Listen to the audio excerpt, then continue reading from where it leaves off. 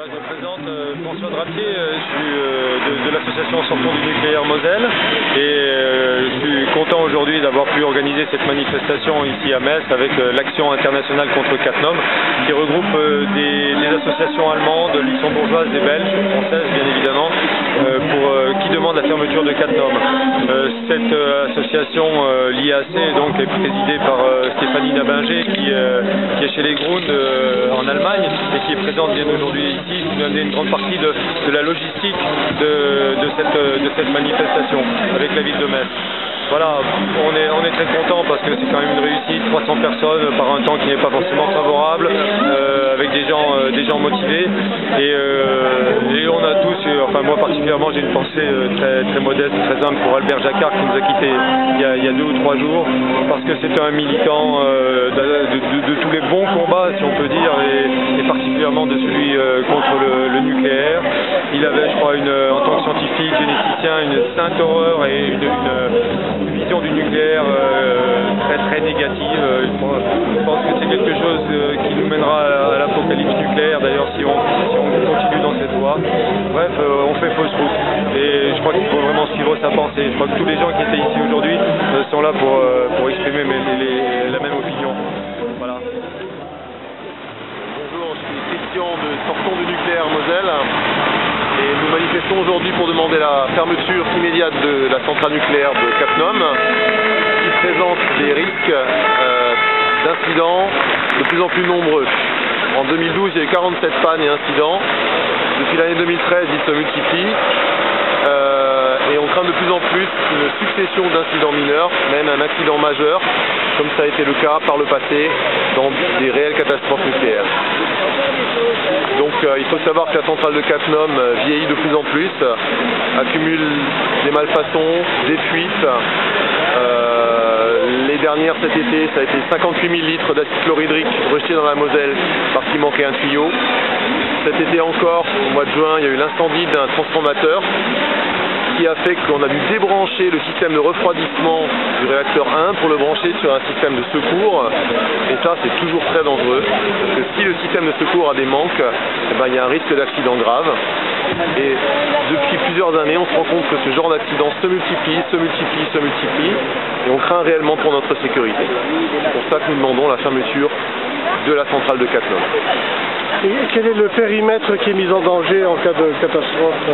Alors, il faut savoir que l'expérience qu'on a en cas de catastrophe importante, type Three Mile Island, Tchernobyl ou Fukushima, le périmètre peut être extrêmement variable. Il peut y avoir des doses qui sont des régions qui sont inhabitées, qui vont jusqu'à plus de 50 voire 100 km, ça dépend des précipitations et des vents. Actuellement, le périmètre de 5 km autour de la centrale est clairement insuffisant.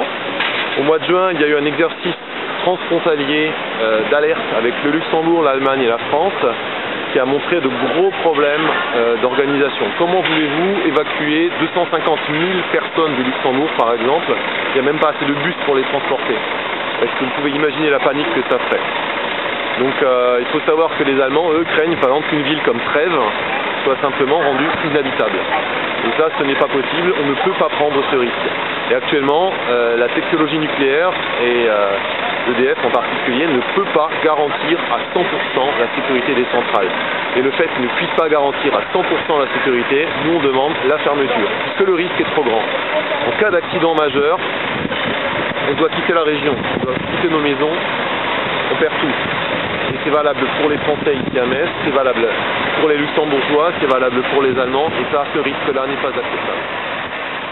Au Japon, c'est le symbole de paix depuis la catastrophe nucléaire d'Hiroshima, où une petite fille, on lui a dit si tu fais 1000 grues, ton vœu sera exaucé. Et malheureusement, la petite fille, elle n'a pas eu le temps d'aller jusqu'au bout. C'est qu'au bout de 600, un peu plus de 600 grues, malheureusement, elle est décédée. Voilà le symbole de la grue pour le Japon. Et qu'est-ce qu'ils ont fait, ces amis?